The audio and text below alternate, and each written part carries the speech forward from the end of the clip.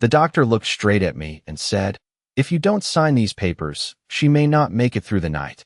And for a moment, I simply stared at the clipboard in my hands as if it belonged to someone else. Because 5 years ago, that same woman had stood in my living room and calmly told my son that I had stolen from them, that I had taken money meant for their future. And I remember the way Daniel didn't even hesitate, the way he wouldn't look me in the eye as he said, "Mom, I think it's best if you leave," as if 38 years of raising him, of packing his lunches and staying up through fevers and heartbreaks, could be erased by one quiet accusation. And I didn't argue.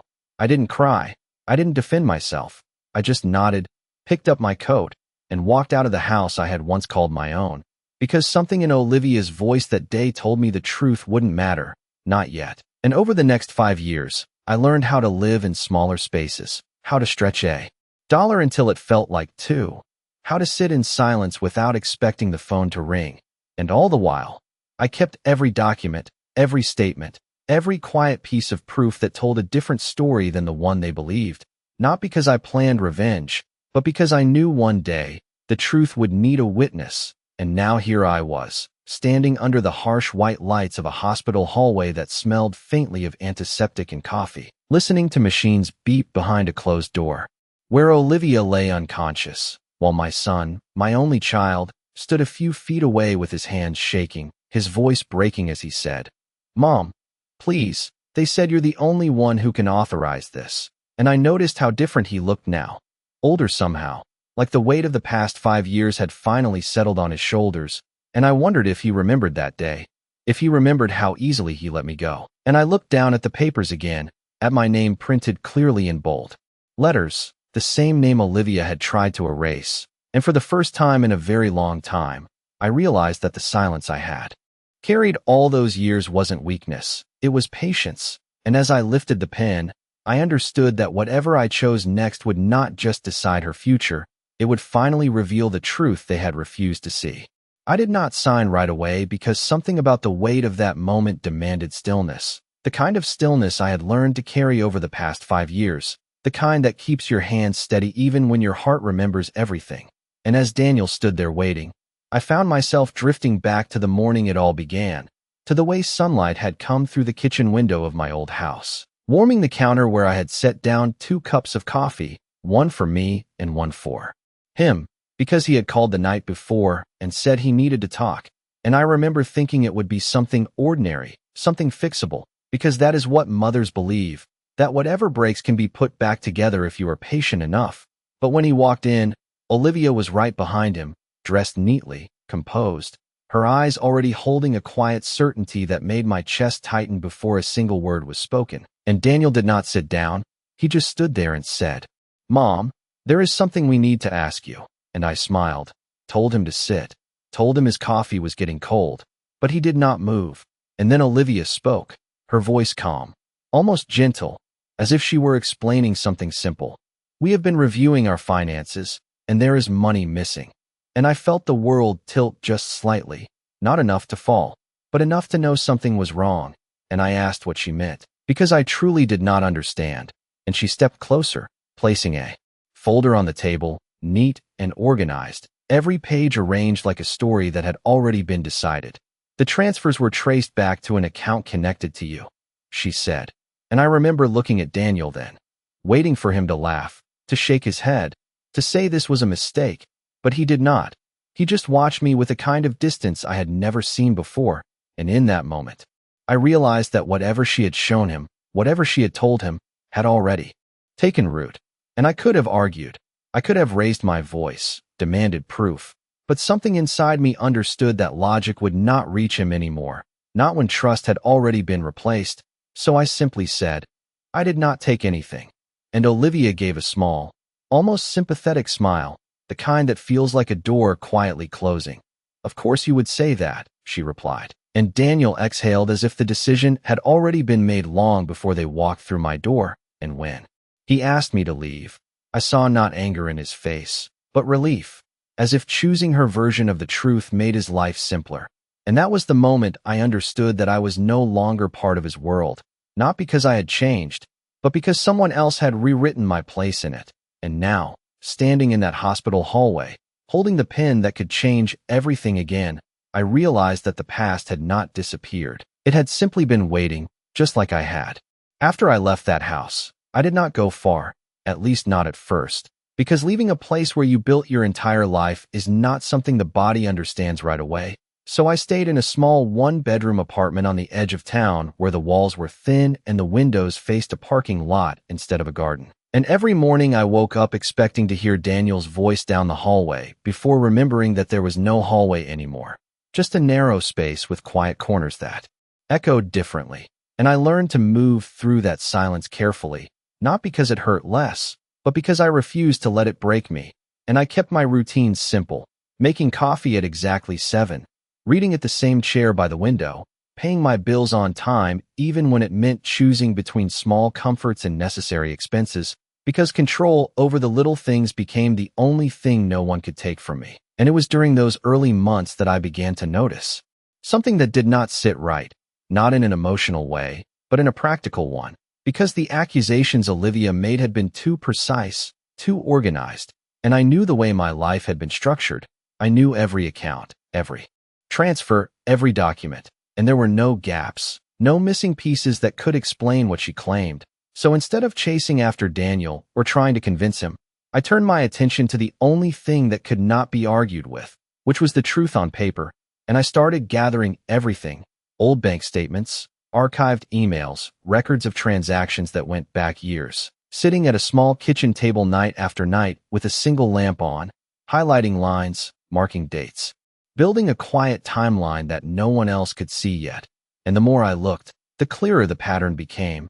Not random, not accidental, but deliberate, like someone had taken the time to move things just enough to create confusion without drawing attention. And that was when I realized Olivia had never intended for me to defend myself. She had designed the situation so that I would look guilty simply by existing within it. And instead of feeling anger, I felt something colder, something steadier, because anger would have pushed me to react too soon. And I was no longer interested in reacting. I was interested in understanding, and once I understood, I made a decision that surprised even me.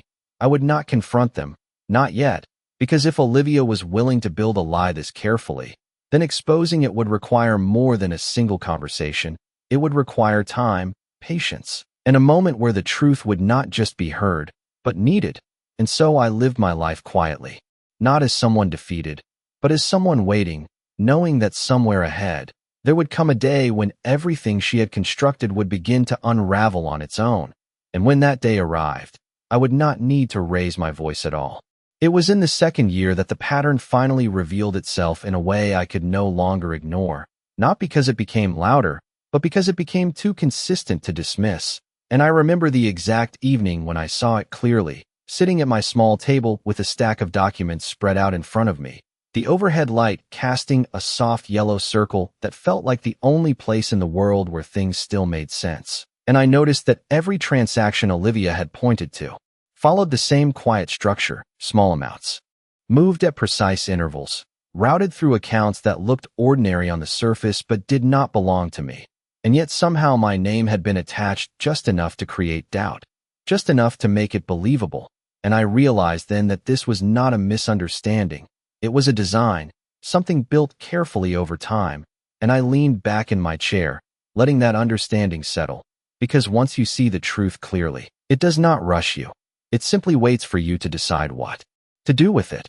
And I thought about calling Daniel, about explaining everything, about walking him through each line, each date, each inconsistency. But I also remembered the way he had looked at me that morning, the way he had chosen distance over trust. And I understood that evidence alone would not be enough to reach him, not unless he was ready to question what he believed. And so instead of reaching out, I organized everything into a single folder, labeled neatly, each page in order, each detail impossible to ignore, and I placed it in a drawer beside my bed where I could access it at any time, not as a weapon, but as a truth waiting for the right moment. And as the months turned into years, I began to hear small things through mutual acquaintances, not direct conversations, just fragments, mentions of Daniel's growing business, of Olivia's involvement in their finances, of investments that did not always go as planned. And I listened without reacting, without inserting myself. back into a life that had chosen to continue without me, because I was no longer interested in forcing my way into a place where I was not wanted, and yet with each passing year, the distance between us did not feel like loss anymore. It felt like perspective, like standing far enough away to finally see the full shape of something that once felt too close to understand. And now, as I stood in that hospital hallway again, the folder I had built over those years resting quietly in my bag, I realized that the moment I had been waiting for was not about proving I was right. It was about deciding what kind of person I would be when the truth could no longer be ignored. And as Daniel looked at me with eyes that were no longer certain, I knew that whatever came next would change more than just the story he had been told.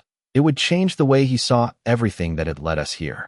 Daniel's voice broke the silence in a way I had not heard since he was a child, soft and uncertain, as if he no longer trusted his own understanding of the world, and he kept saying my name, Mom, like it might anchor him to something steady, something familiar, but I could see the conflict in his eyes, the way the past and the present were colliding in real time. And I realized that this was the moment I had imagined so many times, not in anger, not in revenge, but in quiet reflection, wondering what it would feel like when the truth finally stood in front of him without anywhere left to hide.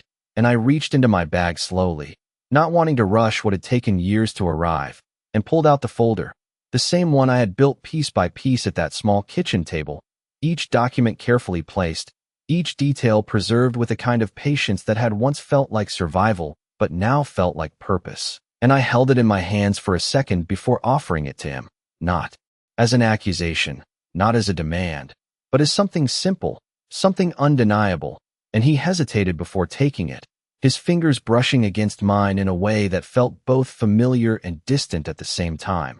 And as he opened it, I watched his expression shift slowly, not dramatically, not all at once, but in small, quiet changes, the kind that happen when something inside you begins to rearrange itself. And he flipped through the pages, his breathing uneven, his eyes moving faster with each line, and I could see the moment when recognition replaced doubt, when the pieces began to fit together in a way that could not be undone. And he stopped on one page longer than the others, his hand tightening slightly, and I knew he had found it, the detail that connected everything, the one that made the entire story impossible to ignore.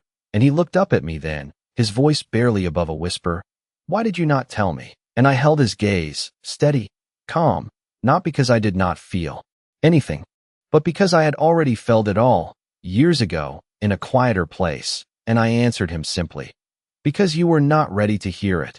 And he lowered his eyes again, the weight of that truth settling in a way that words could not soften.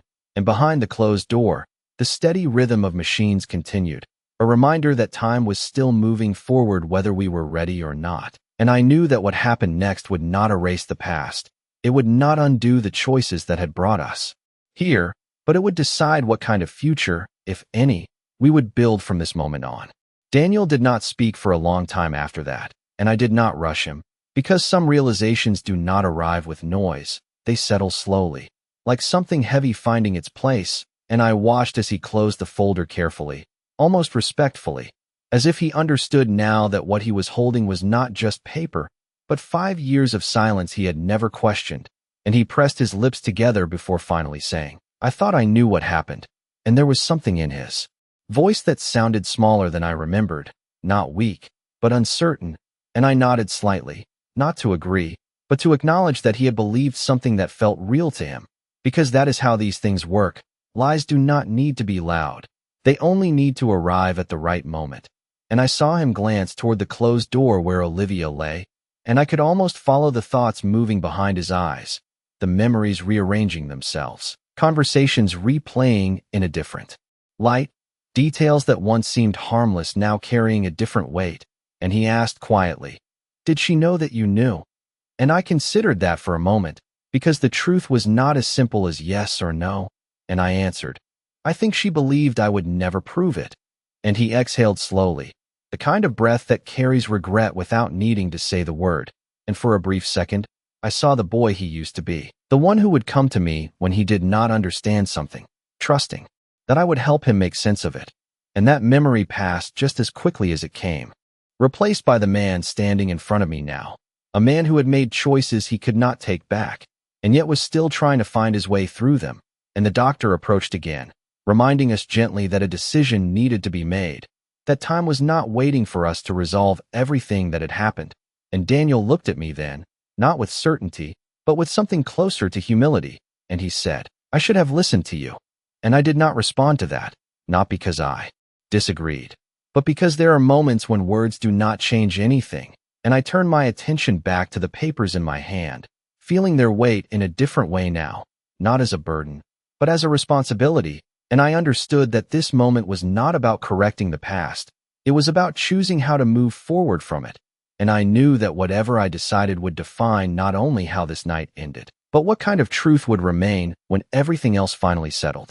The hallway felt quieter than before, not because the sounds had disappeared, but because something inside me had settled into place. And as I looked at the papers again, I realized that the decision in front of me was no longer tangled in confusion or doubt.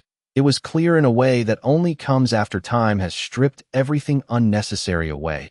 And I thought about the woman behind that door, about the way she had stood in my kitchen years ago with that calm certainty, about the way she had rewritten my place in my own family without raising her voice. And I considered what it would mean to respond in kind, to let silence carry the weight of consequence the same way it had carried me through those years. But then I looked at Daniel again, at the way he stood there not as the man who had asked me to leave, but as someone who had finally seen the cost of believing something too easily. And I understood that this moment was not just about her. It was about him, about what he would learn from this, about whether the truth would remain something distant or become something he would carry forward. And I stepped closer to the counter where the nurse had left the forms, placing them down carefully, my movement steady, not rushed, not hesitant, just deliberate. And I picked up the pen once more, feeling its weight between my fingers as if it were something more than just a simple tool, as if it marked a line between everything that had happened and everything that would follow.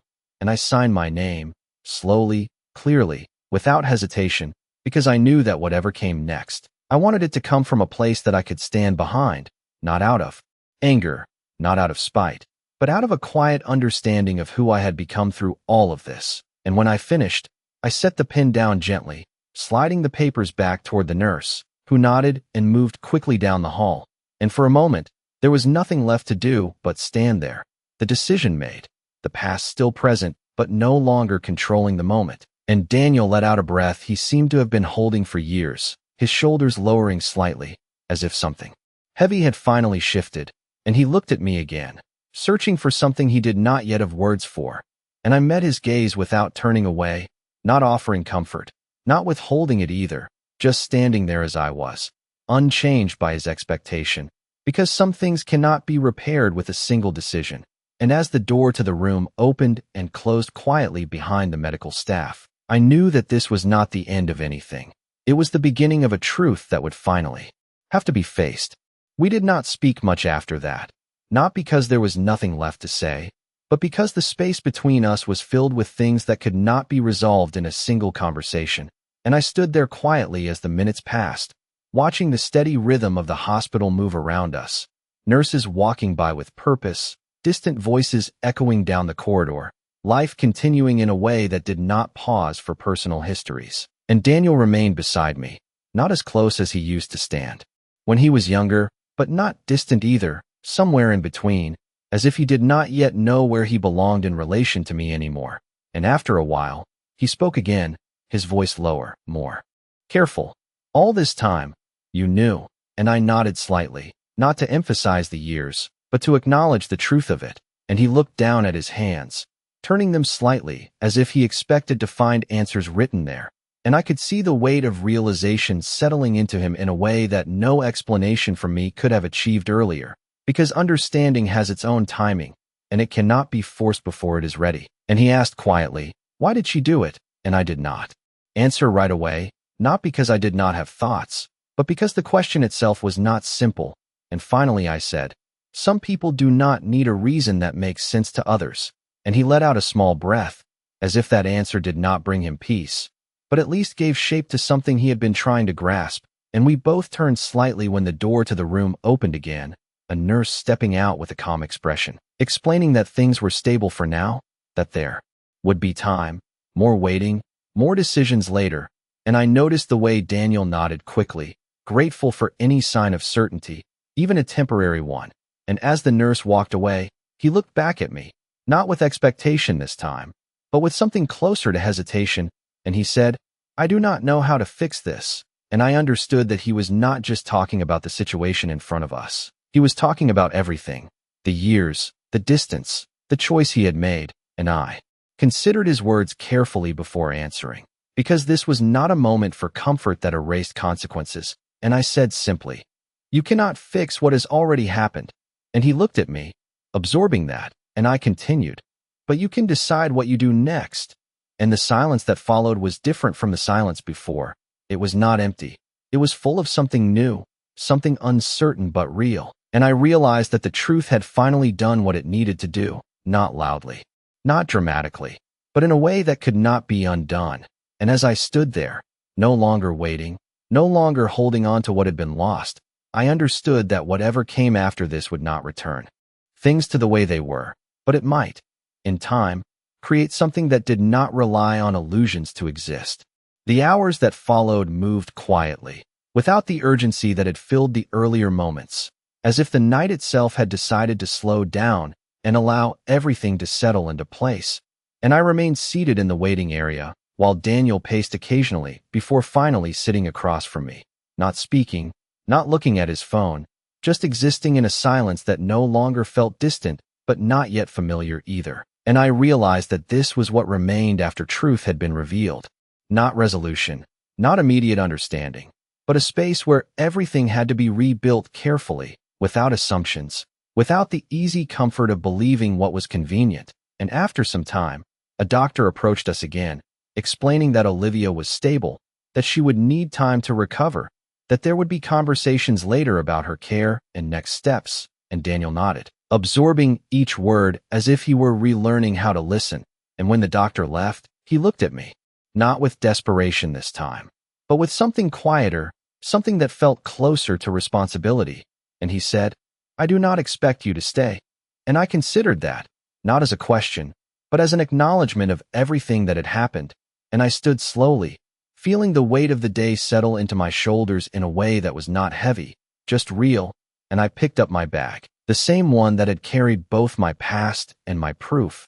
And I looked at him, taking in the lines of his face. The changes time had brought, the distance that had once separated us now replaced by something more honest, even if it was not yet whole. And I said, "I did not come here to stay." And he nodded, not surprised, just accepting. And for a moment, neither of us moved, as if we both understood that this was another kind of ending, not the sharp kind that breaks something apart, but the quiet kind that allows it to exist in a different form. And as I turned to leave, I felt no need to look back. Not because I did not care, but because I no longer needed to hold on to what had already been decided. And as I walked down the hallway, past the lights and the steady movement of people who did not know my story, I realized that what I had gained was not victory, not closure in the way people often imagine, but something steadier, something that did not depend on anyone else's belief or approval. And I stepped outside into the cool night air, breathing in slowly, aware of the quiet around me. And for the first time in a long time, I understood that the truth had not only changed what Daniel saw, it had changed what I carried. And I walked forward, not away from the past, but no longer shaped by it, knowing that whatever came next would be built on something that could not be taken from me again.